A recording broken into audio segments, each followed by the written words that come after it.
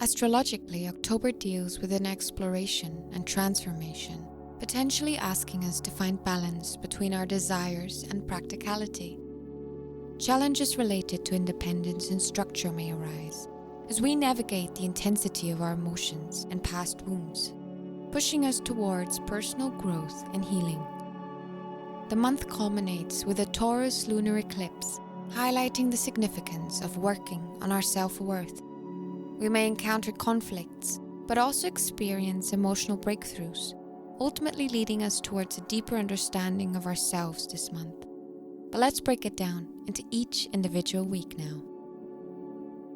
We might be feeling a little sluggish and slow at the beginning of October.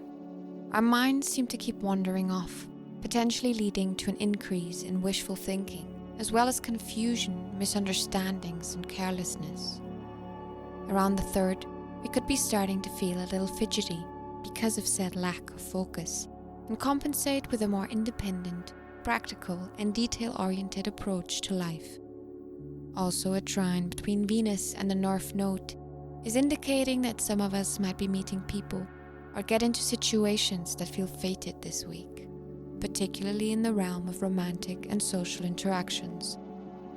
This transit is also known to spark creative inspiration, so if you're involved in artistic or creative pursuits, you could find that your work takes on a deeper and more personal level now. On the 5th, we'll see Mercury, the planet of the mind, moving into Libra. Libra is all about finding balance, and during this positioning, we tend to be more diplomatic and rational in our thinking and communication. Seeing both sides of any situation becomes vital, so much so that making quick decisions is quite difficult for us now. On the same day, Mars stands in opposition to the North Node, indicating possible challenges in regards to our karma, assertiveness, and desires. This could mean we might encounter conflict today, especially in regards to our personal relationships and personal goals. But because of the North Node's involvement in this transit, this conflict could actually be a really good opportunity for us to grow. With all this going on during this first week, it is important to stay level-headed, empathetic, and acknowledge that opinions are ultimately subjective.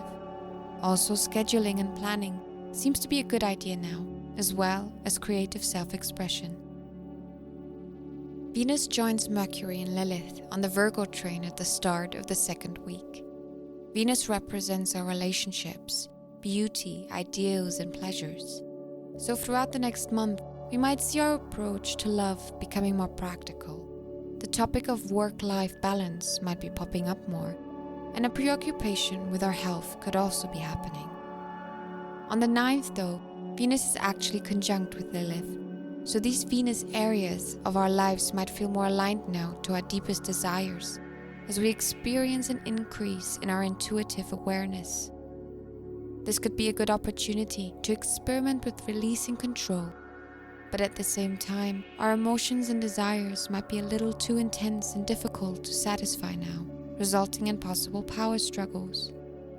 As Venus stands in opposition to Saturn, especially challenges in regards to relationships, authority, and finances could be popping up during this 2nd week. With the Sun opposing Chiron at the same time, we might also experience a lot of self-doubt. As Chiron is seen as the wounded healer, these issues are probably connected to old wounds, making this week a great opportunity for us to explore emotional healing. Pluto is there to support us on that quest, as it goes direct on the 11th, signaling a potentially very transformative time, with its focus on determinedly facing our issues with authority and moving forward. For the next 6 weeks, there is an air of intensity and passion to this. It could be related to Mars moving into Scorpio on the 12th. We might also find we feel more pulled towards pursuing our desires, as well as an increased interest in the mysteries of life. Mars sextiling Lilith a day later is potentially giving us another push to explore our deepest and darkest desires even more. The 2nd week ends with a new moon in Libra on the 14th. This lunation is known to be a good opportunity to commit to personal goals. Under this influence, We seem to have a chance to build our negotiation skills without compromising our principles or needs, and without resorting to appeasement. It's a time to work on rebalancing our relationships and to recognize our partners as teammates rather than adversaries.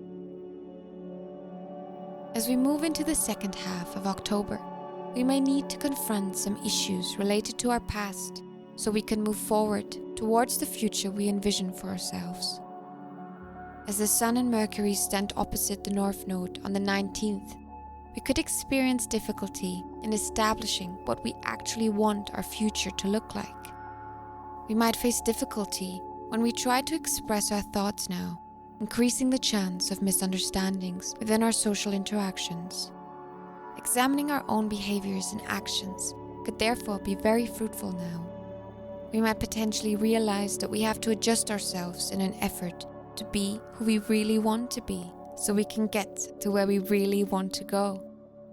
But don't worry though, as these challenges are meant to encourage personal growth and increase our self-awareness as we work through them. And with the Sun and Mercury currently conjunct, there is a higher chance of us being able to do so. Right at the end of this third week though, both these planets end up squaring Pluto, a movement connected to conflict within ourselves and with others. We might experience intense interactions related to power struggles, control issues, and subconscious or secretive judgments. The Sun and Mercury are moving very close to one another during this last stretch of October, with Mercury moving just a little faster.